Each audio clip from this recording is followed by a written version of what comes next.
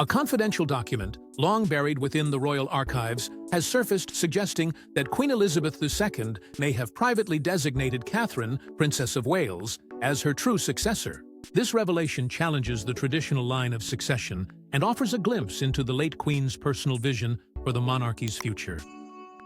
For years, speculation swirled behind palace walls about what Queen Elizabeth II truly thought of Catherine, not just as a wife to the future king, but as a royal figure in her own right. But no one imagined the monarchy's greatest clue would be hidden within a single envelope, locked in the royal archives, bearing the Queen's own seal. The document, reportedly uncovered during an internal audit of personal correspondences, is dated 2 years before the Queen's passing and outlines her reflections on the future of the crown. In it, she praises Catherine's unwavering dedication, her grace under fire, and her ability to connect with people across generations. Most shockingly, the language used doesn't merely commend Catherine, it subtly elevates her above all other potential future consorts. Words like legacy, continuity, and trusted future figure leap from the pages, sparking debates across royal circles about whether this was the Queen's unofficial endorsement. What makes this even more remarkable is the timing. The letter was allegedly penned in the midst of growing tensions within the royal family during a period marked by Prince Harry's exit, growing scrutiny on Prince Andrew, and the Queen's quiet concern about the monarchy's long-term stability. In such a turbulent environment, Queen Elizabeth's choice to put her trust in Catherine wasn't just sentimental, it was strategic. She knew that the crown needed someone who not only looked the part, but could command respect without commanding attention. Someone the public could rally behind without hesitation. And Catherine had proven, time and again, that she could carry that burden. Royal historians wasted no time weighing in. Some were stunned, others not at all surprised. Many noted that Queen Elizabeth had long followed tradition in public, but behind closed doors, she was not above shaping the monarchy to her liking. One expert went as far as to say, "This isn't the first time a monarch has spoken beyond the formal line of succession, but it may be the first time such a personal preference has been put to paper with such clarity." Yet, even with expert insight, the implications remain polarizing. While some celebrate the Queen's foresight in championing a modern, stable figure like Catherine, others question whether such sentiments, however heartfelt, should interfere with centuries of constitutional precedent. The media frenzy was instantaneous. Headlines questioned the very structure of the monarchy. Talk shows debated whether this meant King Charles had lost some of his symbolic authority before even passing the baton. And royal watchers dissected every phrase in the letter like sacred scripture, searching for hidden meaning. But amid the chaos, one truth echoed louder than the noise. This wasn't merely a compliment. It was a revelation, a subtle, calculated, and perhaps final act of a monarch preparing for a future she would not live to see. Why Catherine? That question ignited countless discussions. Was it her grace? Her silence in times of scandal? Her ability to balance motherhood with monarchy? Or was it something far simpler, trust? The Queen, after nearly 7 decades of reign, knew character when she saw it. And in Catherine, she saw someone who didn't need to demand the throne because the throne would one day demand her. This discovery doesn't rewrite the Constitution, but it does rewrite the narrative. And sometimes, in the monarchy, perception carries more weight than protocol. For if Queen Elizabeth's final private thoughts favored Catherine not just as queen consort, but as the face of the monarchy's future, then history may very well take note. To understand the weight of this discovery, we must delve into the unique bond between Queen Elizabeth II and Catherine. Beyond the public eye, Queen Elizabeth II and Catherine shared a relationship marked by mutual respect and quiet mentorship, a connection that may have influenced the Queen's private wishes. When Catherine Middleton first stepped into the formidable world of British royalty, many doubted whether she could withstand the crushing weight of tradition, scrutiny, and expectation. But Queen Elizabeth saw something different. She didn't see a girl overwhelmed by duty, she saw a woman willing to learn, to serve, and to evolve. Their relationship didn't begin with grand declarations or emotional embraces. It began in silence, in watchful observation. The Queen, a master of restraint, tested Catherine not with trials, but with time. And time would prove Catherine wasn't merely passing through history, she was ready to inherit it. In the early years of her royal journey, Catherine moved cautiously. She was present, but never overpowering, elegant, but never showy. And it was in these moments of calculated humility that the Queen took notice. Insiders reveal that the monarch often praised Catherine's ability to let the institution breathe, allowing tradition to stand without demanding personal spotlight. In private meetings, the Queen reportedly offered subtle mentorship guidance on patronages, expectations, and how to carry the invisible crown of public duty long before the physical one ever touched her head. These weren't formal lessons. They were acts of quiet confidence signals that Catherine was being prepared for something greater. What truly bound them was more than protocol. It was a shared sense of discipline. Both women, separated by generations, found common ground in their commitment to service above self. Neither craved fame. Both embraced sacrifice. And in a family often torn by spectacle, their connection was grounded in calm consistency. They shared afternoons at Windsor discussing more than schedules. Topics often turned to family, faith, and the future. Sources close to the palace noted that Catherine never once overstepped, but always listened. And in that, the Queen saw something far more valuable than charisma. She saw loyalty. Their joint appearances began to speak volumes. At official engagements, Catherine would often be placed beside the Queen, a rare positioning that didn't go unnoticed by royal watchers. Whether attending Jubilee celebrations or hosting dignitaries, their body language revealed more than press statements ever could. A subtle nod from the Queen, a quiet smile shared between them. It was unspoken approval, and the public began to see it too. Unlike others who entered the royal fold, Catherine didn't challenge the Queen, she complimented her. Behind closed doors, the respect only deepened. During the Queen's declining health, it was Catherine who took on more responsibilities, never framing it as a burden. In fact, staff insiders recalled moments where the Queen insisted Catherine attend certain events in her place, an act seen by many as more than delegation. It was succession by symbol. And when Catherine began wearing pieces from the Queen's personal jewelry collection, some dismissed it as formality. But royal historians knew better. Those choices were statements. Trust had been transferred. Ultimately, the Queen never needed to announce her preferences aloud. In the monarchy, gestures often speak louder than proclamations, and every gesture pointed to the same truth. Elizabeth II saw in Catherine not just a future queen, but a reflection of her own resilience. She didn't crown her in ceremony, but she did something far more telling. She mentored her in silence, shaped her in legacy, and honored her with trust.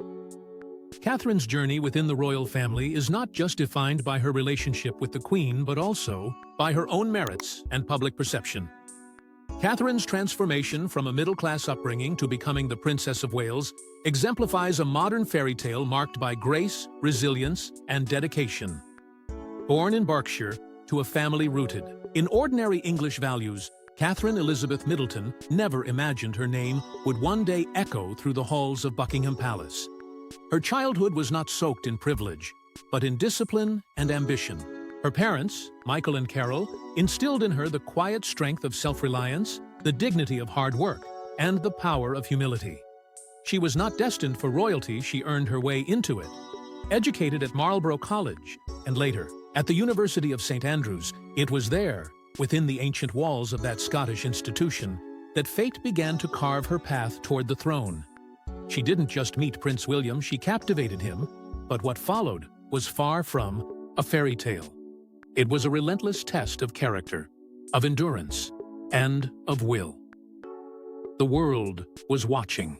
The moment her relationship with the future king became public, Catherine's every movement, every glance, and every silence became a headline. Royal watchers scrutinized her background, her family, even the way she dressed, waiting for a crack, a misstep, something that proved she didn't belong. But Catherine didn't crack. She didn't retreat. She absorbed the pressure and stood firm. She wasn't chasing the crown. She was learning to carry its weight before it ever touched her head. And when the engagement finally came, the public's reaction was overwhelming, not because she had won a prince, but because she had earned the nation's respect. But entering the royal family meant entering a centuries-old institution, defined by rigid expectations and ruthless tradition. For Catherine, the transition wasn't ceremonial, it was personal. She was expected to smile through whispers, adapt without instruction, and endure without complaint. And yet, through it all, she never wavered. She chose purpose over privilege. In her early royal years, she aligned herself with causes few dared to confront: mental health awareness, addiction recovery, early childhood development. These were not glamorous topics, but they were real, raw, and desperately in need of visibility. Catherine didn't just attach her name to these causes, she became their voice. And through that voice, she found her power. The impact of her efforts began to ripple across the monarchy. Slowly, but unmistakably, the royal image began to shift. No longer defined solely by formality and protocol, it began to reflect compassion, relevance, and accessibility. Catherine was the quiet architect behind this change.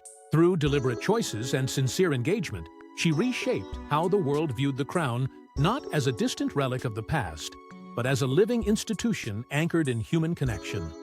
Her initiatives weren't photo opportunities, they were movements. Movements that began to redefine royal influence for the 21st century, and the recognition followed.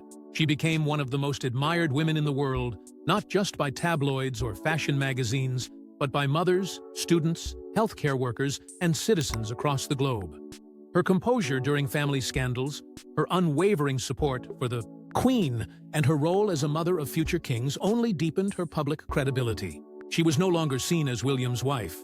She had become the monarchy's quiet engine, pushing it forward while never demanding to be seen.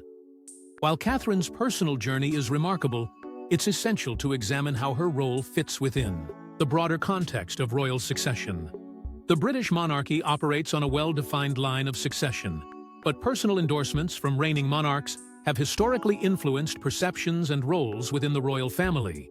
For over 1,000 years, the British crown has passed from monarch to monarch through a meticulously preserved system rooted in bloodlines, bound by law, and shielded by tradition. The order of succession has always been clear. It is governed not by sentiment, but by statute. The 1701 Act of Settlement and later the Succession to the Crown Act of 2013 laid the framework, ensuring that lineage, not opinion, determines the future of the throne.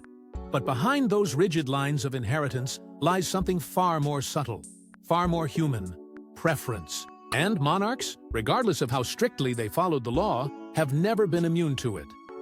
Throughout history, reigning sovereigns have tried, sometimes discreetly, to influence not just who would inherit the crown, but how that inheritance would be perceived. Queen Victoria's obsession with shaping her descendants' marriages. Edward VIII's abdication for love, which forever altered the trajectory of the monarchy. Even Queen Elizabeth I's refusal to name a successor until her final breath left the nation in suspense. These weren't just footnotes, they were tremors that shook the monarchy's foundation. And now, Queen Elizabeth II's quiet favoring of Catherine adds a new chapter to this long, complicated dance between tradition and personal conviction. 3. Queen's private reflections, recently unearthed, don't defy the law of succession. William remains the heir. Catherine's role as future queen consort is already written into history. But what this revelation does challenge is perception, the silent power of symbolic endorsement. Monarchs rarely speak their hearts in public, but when they do, even through whispers in writing, it echoes for generations. Queen Elizabeth, known for her stoic silence, may have spoken louder in this single confidential letter than in decades of public addresses. By calling Catherine a symbol of continuity and moral strength, she wasn't just complimenting her, she was elevating her. In a monarchy where image can be as important as blood, this elevation could mean everything. The implications of such a gesture are vast. If Catherine is perceived as the Queen's chosen successor in spirit, if not in title, then her influence on the monarchy's evolution could be far greater than any queen consort in modern history. Her voice may weigh heavier on future decisions. Her presence may symbolize more than just royal support, it may become the embodiment of the monarchy's next phase. And for the British public, this quiet nod from their longest reigning monarch might be all the validation they need to accept Catherine not just as William's wife, but as the monarchy's moral anchor. Experts are divided. Some argue that tradition should remain untouched, that public perception must never overtake constitutional clarity.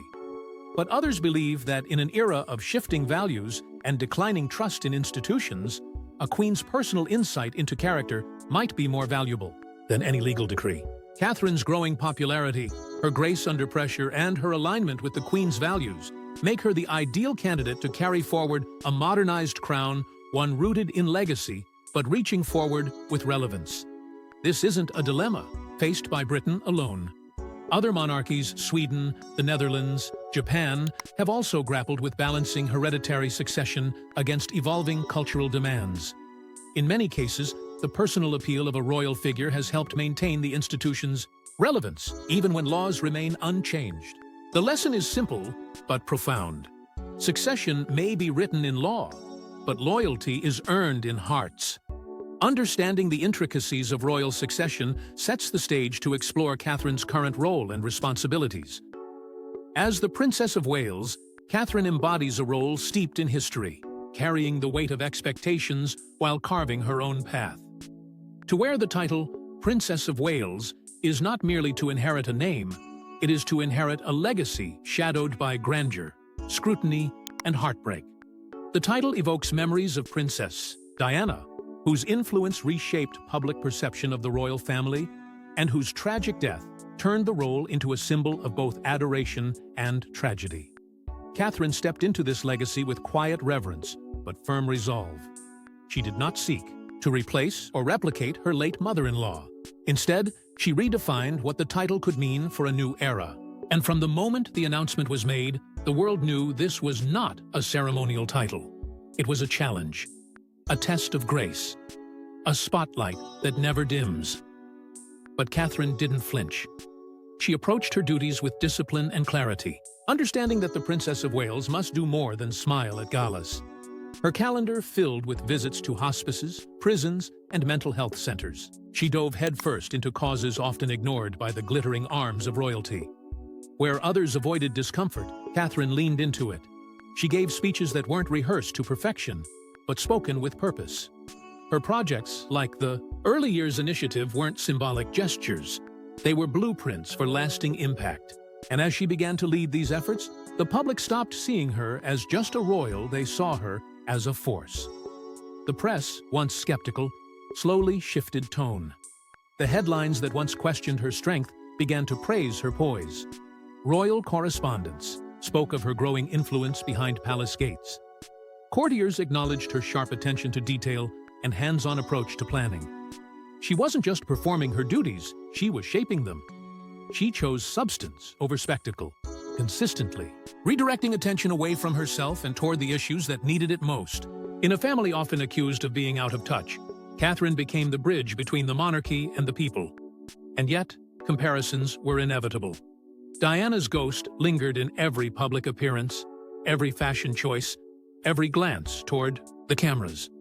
But Catherine never tried to compete with that legacy. She honored it by walking her own road, less explosive, perhaps, but steadier. Her version of the Princess of Wales was not born of rebellion, but of reform. She didn't disrupt the institution. She refined it, and in doing so, she proved that impact doesn't always come with controversy. Sometimes it comes with consistency. Within palace walls, her preparation for the future is meticulous. Behind the royal facade is a woman being groomed not just for visibility, but for leadership. She studies foreign policy, holds meetings with government officials, and builds global relationships. Every handshake, every speech, every visit, it's part of a larger strategy, a slow, deliberate ascent toward queenship. Insiders confirm that King Charles and Queen Camilla have both acknowledged her growing influence and that William relies on her insight more than ever before. She is no longer a supporting figure. She is a pillar. Catherine's current role is a testament to her capabilities. But how does this align with the Queen's vision for the monarchy's future? Queen Elizabeth II's reign was characterized by adaptability and foresight qualities she likely saw reflected in Catherine, shaping her vision for a modern monarchy. For all the grandeur and ceremony that defined her era, Queen Elizabeth II understood that survival in the 21st century would not depend on tradition alone. It would demand transformation. She had watched monarchies crumble in Europe, witnessed public trust erode through scandal and apathy, and felt the tremors of change ripple through her own institution. And while she never spoke in sweeping declarations, her actions told the story of a sovereign acutely aware of time's toll. Her modernization efforts were quiet, strategic, and calculated. From embracing televised coronations to adapting royal communication to social media, the Queen knew that staying relevant didn't mean discarding history, it meant reinterpreting it for the present. But even with all these shifts, she knew the IBK future would rest in the hands of those who came next. And when she looked at Catherine, she didn't just see a royal. She saw the bridge. Catherine was everything the Queen had hoped the monarchy would one day become: composed, but approachable, elegant but empathetic. Her values echoed the Queen's core philosophy: duty before self, service above spectacle. But Catherine also brought something new: an ability to relate across generations, a resonance that transcended royal walls. She didn't just perform public duties, she connected. She spoke with authenticity, showing vulnerability where once there had been only formality. To younger generations, she wasn't an untouchable symbol of monarchy, she was human. And to the Queen, that ability was priceless. The monarchy, by its very nature, resists change. Yet Elizabeth understood that without evolution, there would be no endurance. Catherine represented that evolution not through rebellion, but through refinement. Her image wasn't just modern, it was strategic. In a world of fleeting headlines and digital noise, Catherine offered stability and sincerity. She represented continuity without stagnation, change without chaos. And that balance was exactly what the Queen knew the crown would need in the decades to come. Behind palace doors, there had long been whispers of the Queen's admiration for Catherine. It wasn't expressed through favoritism or favoritism through fanfare, it was felt in private gestures, in quiet trust. When the Queen allowed Catherine increasing visibility, when she passed down personal jewelry, when she subtly placed her at the center of royal engagements, it wasn't random, it was deliberate. It was succession through symbolism. A silent acknowledgement that the woman who had once been called the commoner bride had grown into something far more potent: the monarchy's quiet architect of relevance. This private endorsement wasn't about undermining Charles or William. It was about anchoring the future to a figure who could carry the crown's weight into a world that no longer bowed instinctively. Catherine didn't have to demand the Queen's trust. She earned it. Through patience, consistency, and unwavering loyalty, she became more than a consort in waiting. She became the Queen's vision brought to life. The implications of this are staggering. As public institutions struggle with declining faith, the monarchy's future will depend not just on who inherits it, but on how it is perceived. Catherine is the face that connects the centuries-old institution to a rapidly shifting society. She doesn't carry the monarchy as it was, she carries it as it must become. While the Queen's vision was forward-thinking, it's crucial to consider the perspectives of other royal family members regarding Catherine's prominence. Within the royal family, Catherine's rising prominence has been met with both support and subtle skepticism, reflecting the complex dynamics of tradition and change. Behind the grandeur of palace walls lies a reality far more fragile than most imagine: a world where power, titles, and influence are inherited, but trust must be earned. As Catherine ascended in public favor and deepened her role within the monarchy, not all members of the royal family viewed her rise with unanimous approval. Some saw her as a unifying figure, a much-needed pillar of stability in a family fractured by scandal and exile. Others, however, watched her ascent with wary eyes, concerned not by her intentions, but by the implications. For in a system governed by centuries of protocol, any deviation, no matter how graceful, can trigger quiet unease. Prince William has been her most unwavering supporter, both privately and publicly. His trust in Catherine has never faltered, and his confidence in her voice during key decisions has only grown with time. King Charles, too, has shown signs of approval, increasingly allowing Catherine to take on roles that extend beyond tradition, symbolizing not just family duty, but institutional trust. Even Queen Camilla, once thought to be a silent rival for public affection, has appeared beside Catherine in moments of symbolic unity. But the absence of open tension doesn't always equate to peace. In a monarchy where appearances are curated, true opinions are often delivered in whispers and glances, not declarations. There have been moments of visible camaraderie, shared laughter at state dinners, warm interactions at public engagements, private visits that hint at genuine bonds. Catherine has worked carefully to build these relationships, never pushing too far, always respecting the pecking order. But even these gestures have occasionally stirred speculation. Was her growing role a quiet threat to more senior royals clinging to influence? Was her composed public image overshadowing others who once defined the monarchy's face? While the palace maintains silence, insiders point to subtle signs of resistance, changes in seating arrangements, altered appearances at key events, hesitations in official acknowledgements. These tensions aren't merely personal, they're generational. Older royals were shaped in an era where distance equaled dignity. Catherine belongs to a different school, one that values engagement, emotion, and visibility. And while her approach has brought renewed public support, not all behind palace gates embrace this shift. Some believe her warmth risks softening the institution. Others feel her approach is exactly what's needed to rescue it. In this divide lies a delicate friction, one that could either evolve the monarchy or deepen its fractures. Still, public statements from key royals have occasionally broken through the silence. Charles has referred to her as a tremendous asset to the family. William has called her his rock. But notably absent are similar affirmations from others who remain on the fringes of influence, those who once expected to shape the royal future, now watching Catherine do so instead. That silence, in its own way, speaks volumes. These family dynamics ripple beyond palace walls. The public sees it, the media dissects it, and every gesture, whether of unity or omission, affects how the monarchy is perceived. Catherine's presence no longer just reflects her personal character. It reflects the monarchy's ability to embrace progress without abandoning its past. And in that balance lies its very survival. As the royal family navigates these internal dynamics, the public's perception of Catherine plays a pivotal role in shaping the monarchy's future.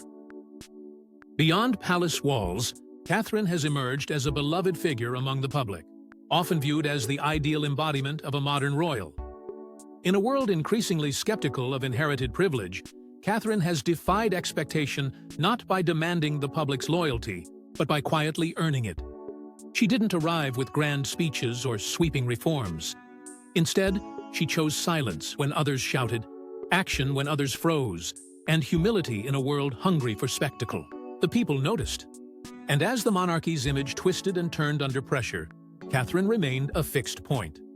Public opinion polls consistently place her among the most admired royals, not just in Britain, but globally. Across generations, she is seen not merely as a future queen, but as a symbol of what royalty can be when it steps out from behind its gold-plated frame and into the world it claims to serve.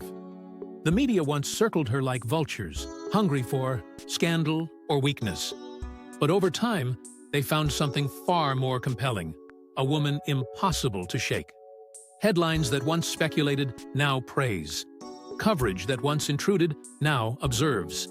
And narratives have shifted. Catherine is not the reluctant royal, nor the manufactured one. She is portrayed as the steadfast force who never needed to scream to be heard. Whether appearing beside dignitaries or comforting a grieving mother in a hospital, she commands attention. Not with title, but with presence. She's become the media's favored contrast to royal chaos, the unshaken in an era of upheaval. And yet, her influence stretches well beyond royal circles. She has become a cultural force, shaping fashion trends. With a single appearance, redefining elegance with restraint rather than excess. But more than style, it is her substance that endures. Catherine has brought serious, often uncomfortable issues into the spotlight. Her work in early childhood development has changed the conversation across schools, communities, and policy rooms. Her advocacy for mental health is not a performative campaign, it's a mission that has sparked global discourse. Wherever she steps, impact follows not in waves of drama, but in quiet revolutions. Her engagements aren't performative walkabouts. They're bridges between a centuries-old institution and the people who keep it standing. She's met with children in war zones and shaken hands with scientists. She's shared laughter in classrooms and stood solemn in places of tragedy. Whether it's in the streets of Birmingham or the halls of the United Nations, she is both reachable and respected. And through this, she's shattered the wall that once separated the royal family from the world outside its palaces. Comparisons with other royals, past and present, only deepen the significance of her standing. Where some have divided opinion, Catherine unites. Where others lean into controversy, she leans into calm. Her favor with the public isn't built on a single moment. It's built on years of consistency, of showing up, of doing the work when no one is watching. In a monarchy often marred by division, she is the figure behind whom the crowd gathers. And that crowd matters. Because in today's monarchy, perception wields power. Public support shapes narratives, influences decisions, and in subtle yet powerful ways determines legacy. Catherine's place within the royal hierarchy may be defined by protocol, but her influence is cemented by the people. They see her not just as William's wife, not just as a princess, but as the standard by which all others are now measured. With both private endorsement and public admiration, Catherine stands at a unique crossroads in royal history. The convergence of Queen Elizabeth II's private wishes and public sentiment signals a transformative moment for the British monarchy, with Catherine poised to lead it into a new era. The discovery of the Queen's personal endorsement wasn't just a footnote in royal history, it was a revelation, a handwritten glimpse into the mind of the monarch, who held the nation's trust for 70 years. In those private words, one thing became undeniably clear. Queen Elizabeth II had seen something in Catherine, something not rooted in bloodline, but in character. That letter, whether ever meant for public eyes or not, told the story of a sovereign, preparing for the day when she would no longer stand at the helm. And in preparing for that day, she had made a choice, not to name Catherine Queen, but to position her as the future's moral compass, the embodiment of the crown's continuity. And now the pieces align. Catherine's unwavering grace under pressure, her unrelenting work ethic, and her quiet yet firm presence have filled the void left by the Queen's passing in a way no decree ever could. Where others stumbled beneath the weight of expectation, Catherine found clarity. Where others sought influence, she built trust. The monarchy's greatest threat today isn't rebellion or scandal, it's irrelevance. But Catherine's very existence within it breathes life into an institution gasping for modern resonance. Her values mirror those of the late Queen, but her approach belongs to the world the Queen foresaw more accessible, more engaged, and more emotionally intelligent. It's not difficult to imagine the scenarios that may unfold. As Queen Consort, Catherine will carry the ceremonial weight of history. But her influence could stretch far beyond the crown she may one day wear. She could become the linchpin in rebuilding fractured public trust, the architect behind policy shaping, philanthropic initiatives, and the guardian of royal stability in a post-Elizabethan age. Some believe her destiny may even exceed that of her title, that history may one day define her not only as Queen Consort, but as the de facto heart of the monarchy's resurrection, an unofficial monarch in spirit, if not in law.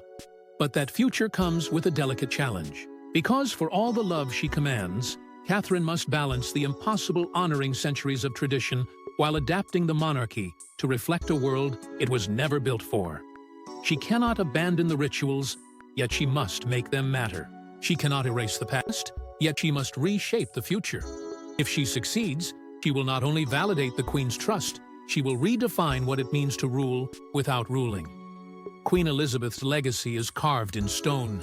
She will forever be remembered as the sovereign who endured. But Catherine's legacy?